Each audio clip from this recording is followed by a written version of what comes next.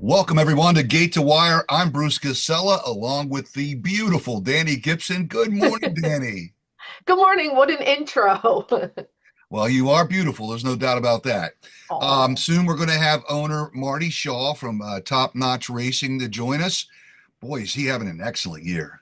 he is. And Marty's super cool. He's a lot of fun. He loves gambling. His son it loves to come with him. So we'll talk about maybe we'll see his son when he's older getting in the horse racing game. But Marty's got a love of the game. He's been a great supporter of Turning for Home. He's a good guy and just a lot of fun. Yeah, that should be an interesting interview. Well, Yeah. let's talk parks. Dani, Hall of Famer trainer Freddie Velasquez goes to Monmouth Park with Bucarino and wins the Mr. Prospector. Look, this is a nice horse. He was a good 3-year-old. He had a foot issue coming out of his last race. The big one, the Gallant Bob here, he still ran third and he ripped the bottom part of his foot off. And that's a tender spot. And it just takes a really long time to grow back. But he came back. He had a nice prep race here at Parks. And then Paco was aboard and Paco rode him yesterday. And there were some nice horses in that field. Super Chow, who's a good sprinter, but Bucarino was on the outside. He always looked like a winner. And I talked to Freddie today. He's thrilled. It was I a bet. beautiful day. And happy 10th stable. Tom Lamont has been with him for years. So meant a lot to get that win. And look, I think this horse is just getting into his best stride. So we're going to see a big year from him. Let's talk Belmont. It's coming up soon, and I can't wait to see if we're going to get that rematch with Sovereignty and Journalism. Look, I I know the think we are. journalism they haven't committed just yet, but it looks like they're gonna be in that race. Yeah, I've been watching him gallop on the track up at Saratoga. And of course, the Belmont's going to be at Saratoga again while they're still under construction at Belmont. But he looks like he has great energy. He looks like the Derby and the Preakness didn't really take a whole lot out of him. He's just a big, strong, strapping colt. Hopefully, he gets a better ride. I know none of us were too thrilled with that ride. Not that we're being couch jockeys, because look, you get split second decisions, but he's going to have to contend with some new horses. Obviously, Sovereignty, he didn't run in the Preakness, so he's fresh. And Baeza, he skipped the Preakness, he's fresh. So it's going to be an excellent race. Yeah, we'll see what Bob Baffert brings in with Rodriguez. He's had some hoof issues. Maybe they'll get that settled. Yeah, I know with that horse, his speed is his weapon. Um, I personally think he's a caliber below Journalism and Sovereignty and Baeza.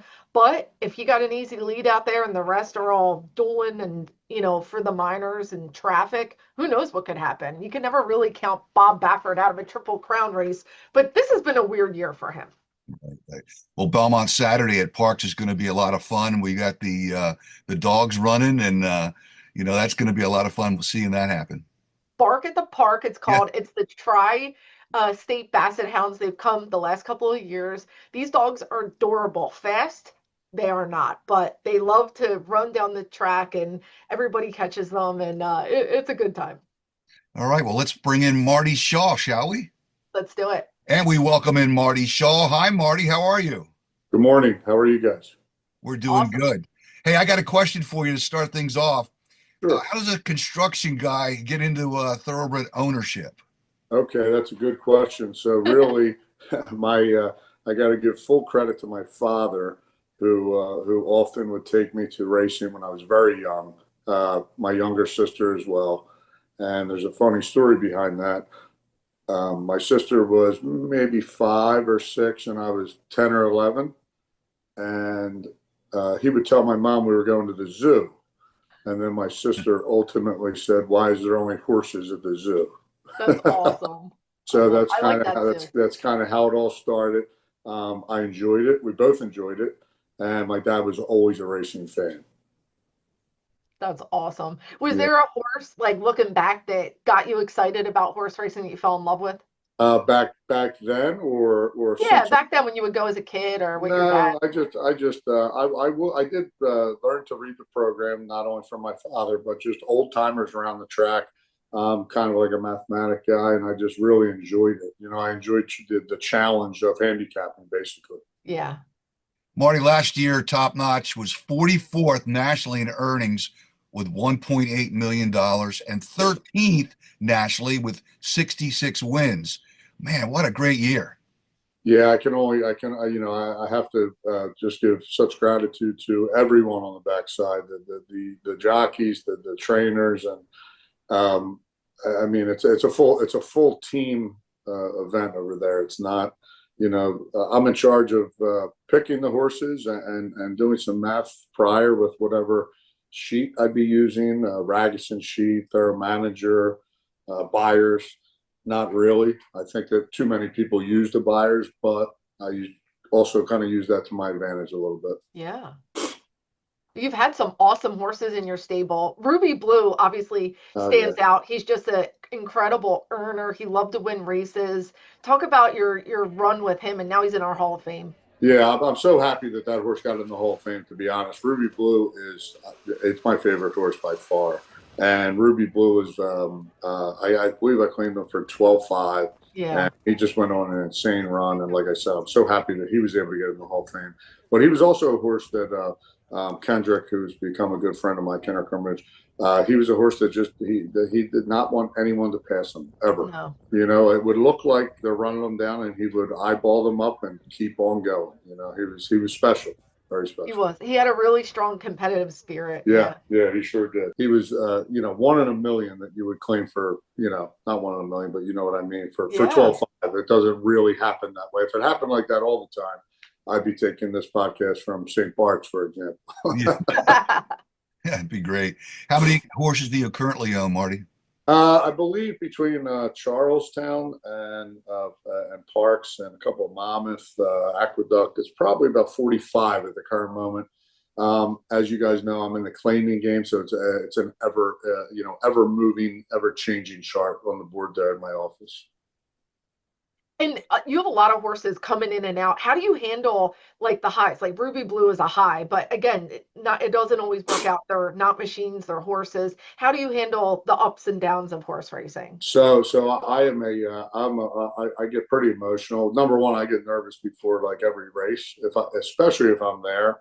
And when I say nervous, not overwhelmingly nervous, but there's a lot of other things in life that I absolutely do not get nervous about. And I do get nervous horse racing. And I really get nervous when I'm the favorite. And they often bet me down, right? So we've all seen that, I think, So when you get bet down to like a 3 to 5 number and you don't win that race, that's very disappointing. So the highs are so great. It's just so enjoyable and so rewarding because you put your time into the mathematics and the handicapping / mathematics of why to claim it and why to obtain the horse. Then you have to maybe win a shake, usually win a shake. And then when you lose, it is a low. It's a low because, complacency breeds failure, So I never, ever want to lose. As soon as I lose, it's like, that motivates me to kind of react and try to strive for better. What would you tell people watching this podcast if they want to get involved with being an owner? What would you tell them they should do? Well, honestly, I would tell them to kind of get their feet wet, limp into the game and kind of feel if it's for you or not, because you need the right. We talked earlier about the connections being a team, a whole team. So if you do want to get involved, you have to make sure your trainers, your jockeys, you being the owner. But more importantly, it goes deeper than that. It's all the backside there is doing a lot of the work. The people that don't get the recognition, you need those people. The right trainer provides those people, but you really have to make sure that everyone's on the same page as a team. And I would say as a first-time owner, you would certainly limp into the game and make sure it's for you. No, that's very well said. Do you think your son will get involved and maybe be part of Top Notch Racing? I think he will. He's he really, really enjoys it when we get down there. And similar to what I said about my father taking me there and having such great experiences, now that I've become an owner and around a decent amount of time, when the jockeys come down the steps, 7 out of 10 of them are shaking his hand or talking to him, which of course that breeds like interest, that breeds Yeah. interest and happiness, so that's great. And those guys are great. They make sure that they always, that not only to him, but to others, keep people involved. Do you watch horse racing nationally? Do you keep track of the Triple Crown and things like that? Yeah, I do. But I actually used to, prior to owning horses, I would say I would handicap so much more and be into, I watch every single big race, but I think I had more time to kind of handicap and be into it, where now my main priority would be making sure that I'm making my right moves, decisions, and everything else that goes with owning the horses. What about the What race? Belmont Stakes? You looking forward to a rematch with Sovereignty and Journalism? Who was number 21 in the Baeza. Yes, that's the horse I really like. I feel like he has gotten a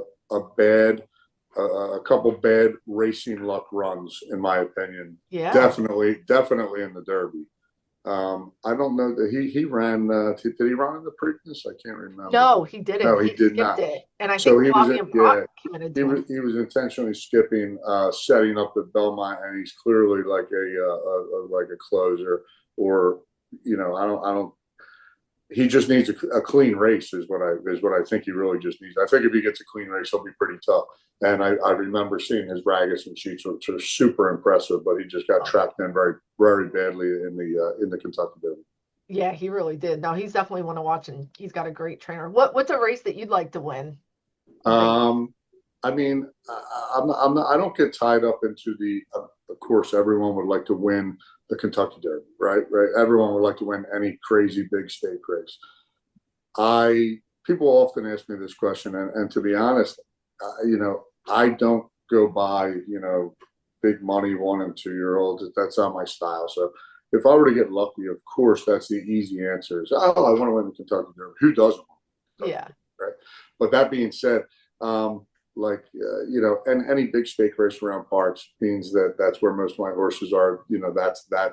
That's what I strive for, kind of yearly, if I can get someone to a nice stake race around parks. That'd be awesome. Have all your friends and family, your son there. That'd be cool. Yes, exactly right. Yep. Where do you see top notch in the next 5 or 10 years? I mean, how many horses do you think you'll own eventually, and how would you like it to grow? That's a very good question. I would say as long as as we spoke earlier, if the connections remain strong, which I don't see any reason why they would not. I'm a huge fan of the game. One of the things beyond ownership for me would be, I'm just a fan of the game. I want to see it continue forward, like going on to, for example, my son, as we've talked about, and more and more and more younger. I don't want to see the game fade away, because remember, once upon a time, it was horse racing that you would gamble on. Now, slot machines and this and that.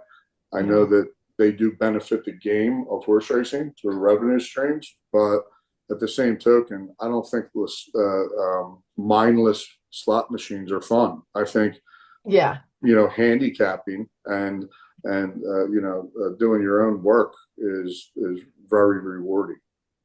Yeah, it's very cerebral. Yeah, I mean, to pull a slot machine, it's like, don't get me wrong. If you win some money, you're not going to not be happy, right?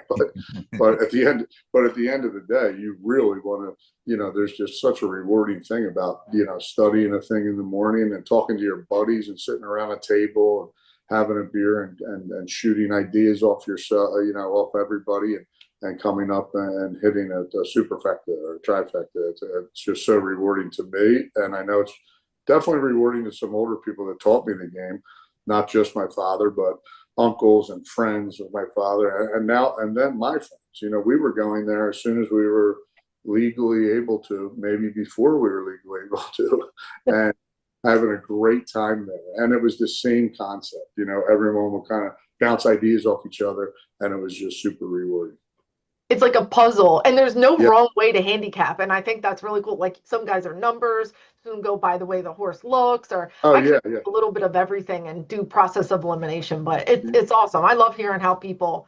Are you superstitious at all? I am. I'm very superstitious. For example, will almost never bet on my horses ever. Oh. So I'll give you a perfect example. Magic Marty, I claimed out of Kentucky, came over to Parks.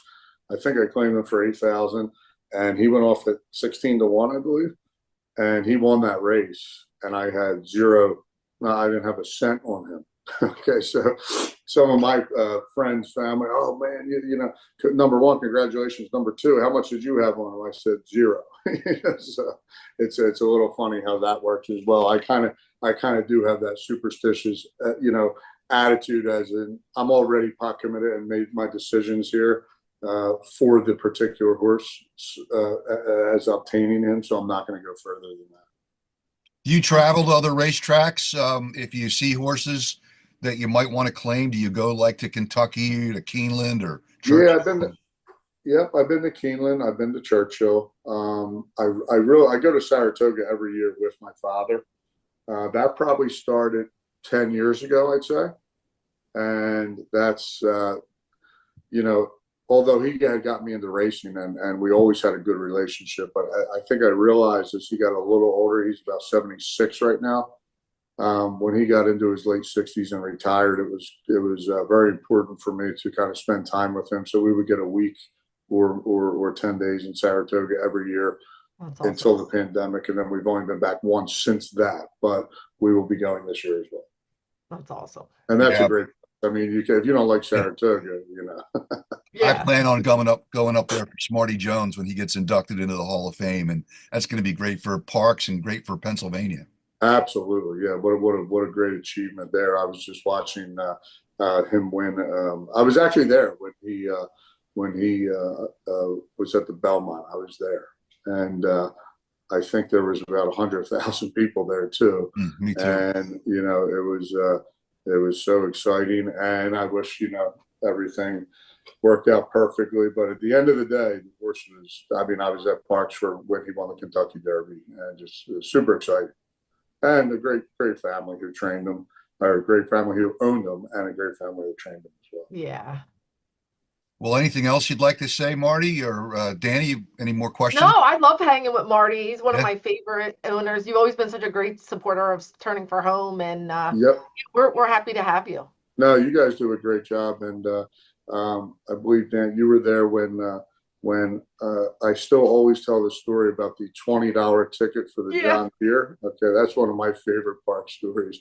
He won the Gator in the raffle. Oh, wow. On PA Breeders' Day. It was awesome. The funniest thing was, so I'm sitting at the 16th pole-ish at the outside circular bar restaurant, and Chucky Russo, who's an owner for a Park, great friend of mine, he looked at the board and he said, "They just said your name," and he was reading lips. And I said, "No, they did." And my phone rang with a number that wasn't stored, and he said, "I told you." And sure enough, I believe it was Danny or one of your girls. And he goes, "I told you, I knew it." So we went up and got a picture, and I still use it to this day. It's the best $20 machine I ever bought.